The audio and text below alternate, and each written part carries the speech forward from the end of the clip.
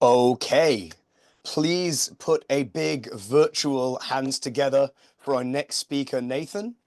It is time to talk about one of the most exciting and maybe unappreciated ideas in modern security, and that is composability.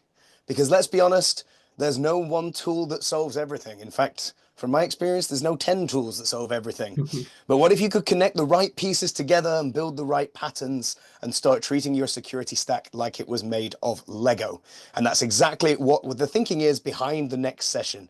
And here to share it is Nathan Wallace, CEO and co-founder of Turbot, a team behind some of the most impactful tools in the open cloud security space, like Steampipe, Powerpipe, Flowpipe, and my favorite as a petrol head, Tailpipe.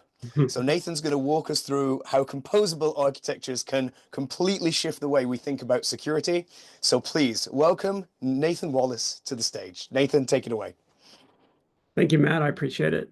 Great to be here with everybody. I'm coming to you today from New Jersey, but my accent is Australian because that's where I was for many years until 2011 when I moved here with my family.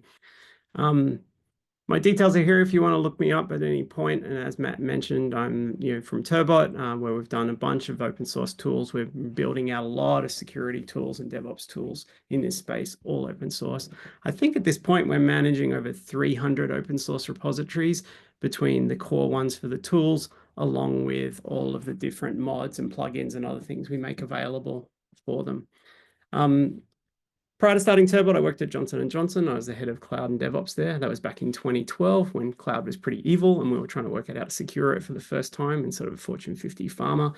So I've definitely lived with this problem for more than a decade, both internal and helping many other very large organizations and small organizations with the problem. If none of that interests you about me, I will mention I did make a 15-pound hamburger at one point. There is a YouTube link. It's fun to watch. I have weird, very blonde hair in it, so at least you'll get a laugh from that. And if that doesn't give me credentials for this, I don't know what would. So the first thing I wanted to just start with acknowledging was that cloud security is just hard. And we need to keep remembering that when we're trying to work with this. Sorry, I've messed up my clicking there. Bottom line, there's just a ton of clouds out there, heaps of applications from our internal teams, and we have not that much visibility. Most organizations are running more than 2 public clouds, and within that, hundreds and hundreds and hundreds of cloud services and tools, which, of course, we know keep changing. New ones come out every year. Reinvent is always very exciting, AWS reInvent. But of course, for some of us, it's a nerve-wracking time because who knows what new capabilities are going to come out that all these teams internally are going to want to grab and start using. And now we've got to work out how do we get information about them? How do we secure them? What are the best practices? Like it's a whole super stuff we're trying to manage. And of course, for them, our app teams, the beauty of this is that they can just deploy infrastructure anytime they like. Just all they need is their credit card, right? Internet and a credit card. That's all they need to get going, right? And they can then have so much of the power that they didn't used to have in these situations, and so much of the control that they perhaps didn't used to have. And our job as cloud security professionals is to work out how to keep up with that, how to enable that, because that's the very agility that the business wants, while keeping them safe, right? How do we get the right guardrails around them to keep them safe while doing that?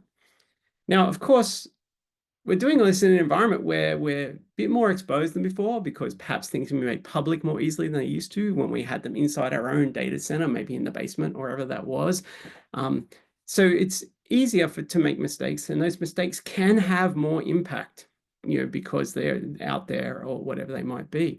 And at the same time, we have an incredible range of tools available to us now for encryption, backups, like securing things with firewalls, all that sort of stuff, regional, availability zones, all those things. So the expectations to get this right have risen.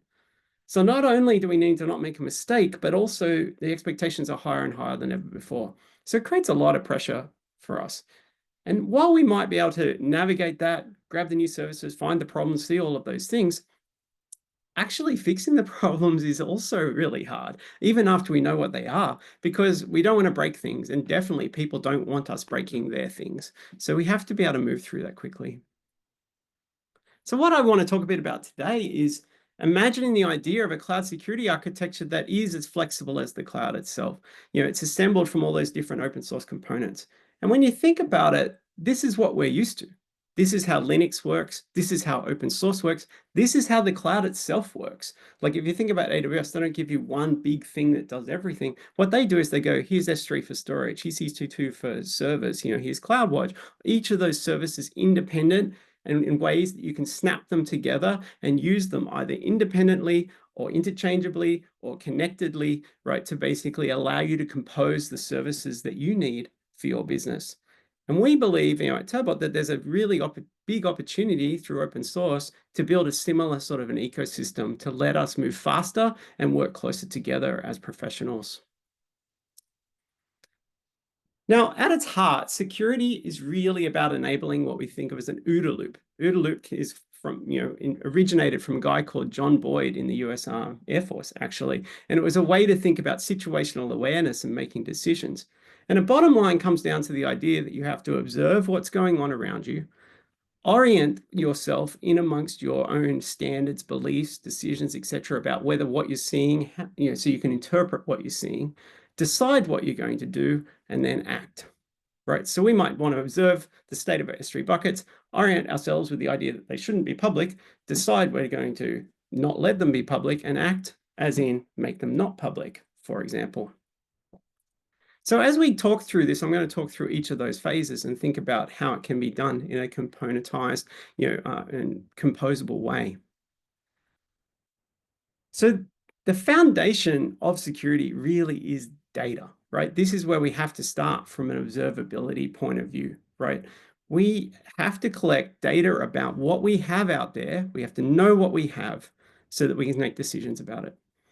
Now, the challenge with security data is that it just has hundreds and hundreds and hundreds of sources.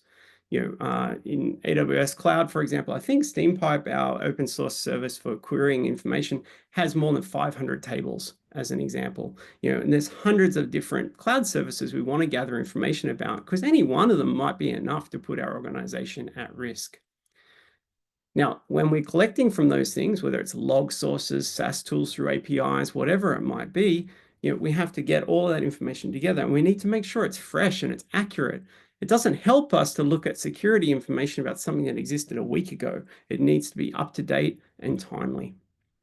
We also can't use that data if it's not consistent, right? We have to have it in a way where we're able to query it, deal with it, work with it in a consistent way. Otherwise, we're just lost because we've got to download 400 different CLIs or connect to 300 different APIs, understand the language of every single one of them, work with them differently. And even then, we wouldn't be able to connect the data or join the dots across the different services. So we have to find a way to make it consistent. We believe the answer to that is SQL. Security data then enables us to discover and explore what we have out there. Once it is consistent, fresh, accurate, and queryable, we can actually discover what we've got. We can look through it. We can find problems, all that sort of stuff. And what's amazing about that is, in terms of composability, is that it's not just for security. We might want to know about tagging. We might want to know about our financial situation. We might want to know about our configurations or other things. We don't. This data has use way beyond the security team, but has use for the entire organization, the app teams, the FinOps teams, the DevOps teams, the cloud teams, all of those different people. So rather than thinking about the data of our cloud or about our services as purely a security tool, if we think of it as a capability that we have as an organization or a component we can build on, then more and more people can get involved and start using that and building with a shared language. So that becomes a layer of our composition. So when it comes to querying data, you could take different approaches. The one we thought made a lot of sense was to think about SQL as the language of data, an open standard, a very common tool that many people are used to, which is well known for its ability to talk to data sources, right? And it simplifies down here. You can see these examples, whether they're for compliance, cost controls, operations, whatever it might be, also can be across all the different services, whether you're querying GitHub in the top left for MFA, or if you're querying AWS EVS volumes, whether they're attached to a resource, it doesn't matter. It's all just SQL queries. And again, by lowering this down to SQL and creating a standard around that, we've created a reusable, composable piece of the puzzle that we can now use through many different services. It doesn't matter what we build on top of that. You want to use a SQL editor, go for it. You want to use Grafana, go for it. You like to use Power BI, go for it. It doesn't matter. It's just SQL. So now we've got a very reusable, composable part of the puzzle for security, foundational part. Now with Steampipe, what we then did was said, well, hey, how do we make this even more extensible, even more composable? So what we did is we created a plugin model. So it's not like you're editing one tool all the time and saying, oh, I'll edit the core tool of Steampipe and do that. Instead, you can just write plugins. And many, many people have. We now have over 172 plugins for all different cloud services, with up to 500 tables like AWS might have, or just a handful of tables for other things. People have built plugins for SAP, for DNS, for Salesforce, all sorts of crazy sorts of things that we would never have imagined to do. And every time they do, the ecosystem gets stronger, right? Because we have more data available in the system to be able to be queried by all those different people. Others build plugins and just use them internally. We don't even know what they're doing with them. That's the power of open source and that component ability that they have. So the ability to build that out is really, really powerful. And people enjoy doing it, and it makes it very extensible. Now, beyond the concept of observing, we have to be able to orient ourselves. And that means understanding what are the rules or the standards we're trying to meet, right? How do we think about it as an organization as well? And what's amazing about security is actually the orientation aspect is really already very open and reusable and componentized. So the open standards here are our friends. CIS is an amazing definition set. NIST is, of course, much larger, PCI very specific, but they all give us a common language for how to think about our security controls. They allow us to accelerate our journey into assessment with a set of standards or best practices to build on. They're even mappable to each other, right? So again, components that can be reused. And that makes them composable, right? Controls are a set of tests we might do. Benchmarks group those controls together in certain ways. So we're remixing, recomposing, etc., those things straight out of the box. But of course, there are challenges with those standards too. And when it comes to practitioners' point of view, they only cover the key providers. They're constantly evolving and changing, right? Sometimes they're pretty vague, like about what the implementation is, or what should you do about it, or what does that mean? And other times, they're also quite hard to extend because they're predefined. So what we hear a lot from our users is they need this mix of, I want predefined standards because they're quick to get going and I love the common language, but I also want the ability to remix, reuse, and rebuild these ourselves. So we thought about that with Powerpipe and tried to work out ways to do it. Some of the examples you might hear from people are like, our data can't leave Europe. That's different for different people. Everybody's different, right? Someone else, all our servers have to be replaced. They can't live longer than 60 days because that's how they enforce, they're always on best practice images. Other times you don't want to delete your data. And there's even contradictions. Some customers or users are like, no IAM access keys are ever allowed in my environment. I hate them. And others are like, well, we understand the risk, but they're really important for us for dealing with external partners, maybe for scientific data or other things with other different systems. So you need your own implementation or interpretation of those standards, right, that you can use in your organization.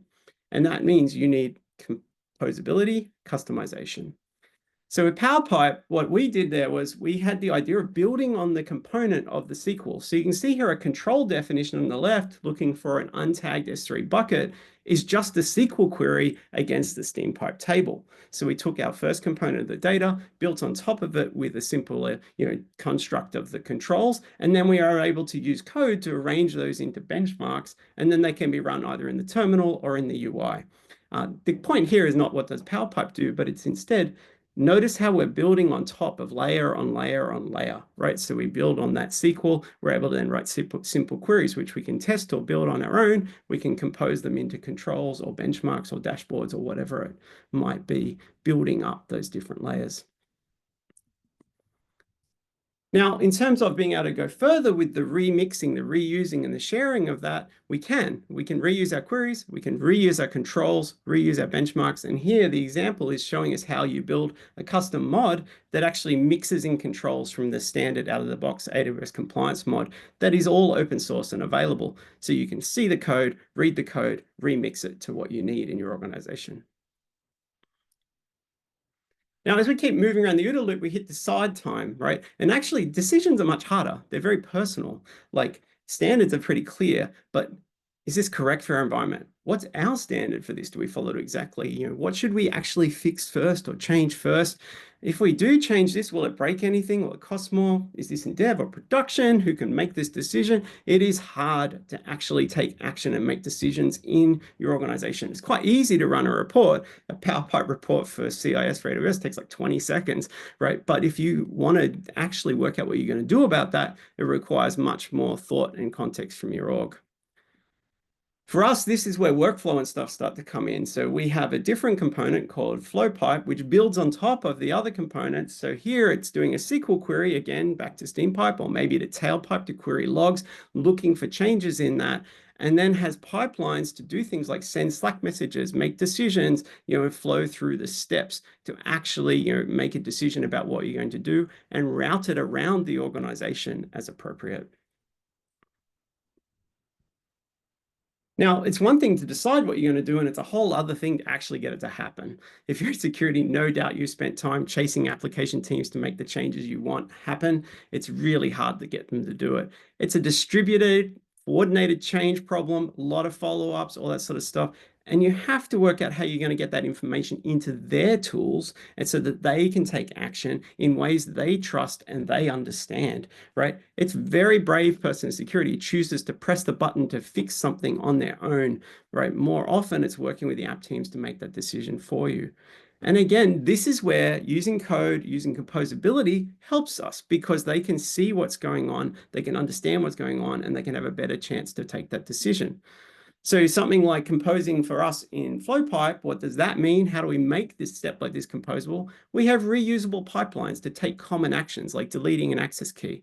And notably, this pipeline here actually runs a container which runs an AWS CLI command. So it's very readable and easy to understand what's going on. We're building on the shoulders of that giant of the AWS CLI, right? And we're letting teams easily understand and compose those pieces together so they can see the code, see what's going on, understand how things will work, and combine and compose those workflows with their own approvals or their own steps to allow action to actually happen in the environment.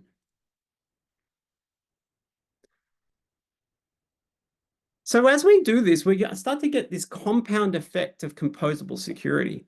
By building on these small components, it adds up. They're easy to use. They're easy to contribute to. They're easy to combine together. And you get value at every layer of the system, whether it's just querying or if it's viewing reports or if it's building on top of that with workflows. Each step in those layers can be interchanged, it's flexible and customizable, right? And as we improve those layers, it gets better for everyone. You add a new plugin to Steampipe, you can use it in Flowpipe or Powerpipe or any of the other layers above it. Or if you improve the reporting in Powerpipe, you can leverage all the tables you already have in Steampipe in better ways, right? So it starts to compound. Security is genuinely just better when it's code. We believe this deeply. You can read it. You can actually understand what's going on. Not just, oh yeah, it should probably do something like this, but you can see how the decision was made. You can test what it's going to do. You can share those checks or those queries with other people in GitHub. You can customize it because it's right there. You can extend it with new things. You can compose this stuff together. And I think in 2025, it's important to say it is AI ready. It's so easy and quick to write new things with code in security world by having those small reusable pieces. Security then is really this team sport that's more enabled by this composition. By making it smaller and more accessible, more people can get involved.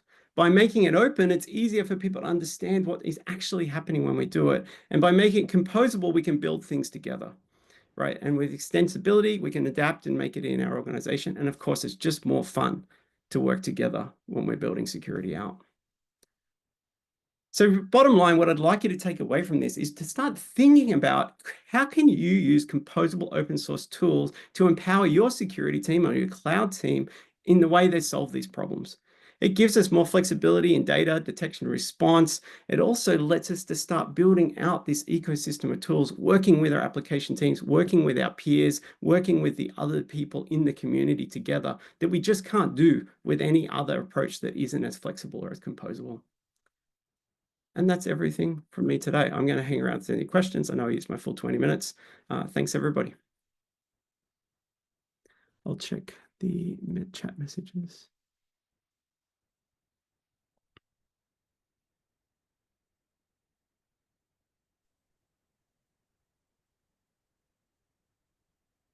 Thank you, Nathan. That was a wonderful talk.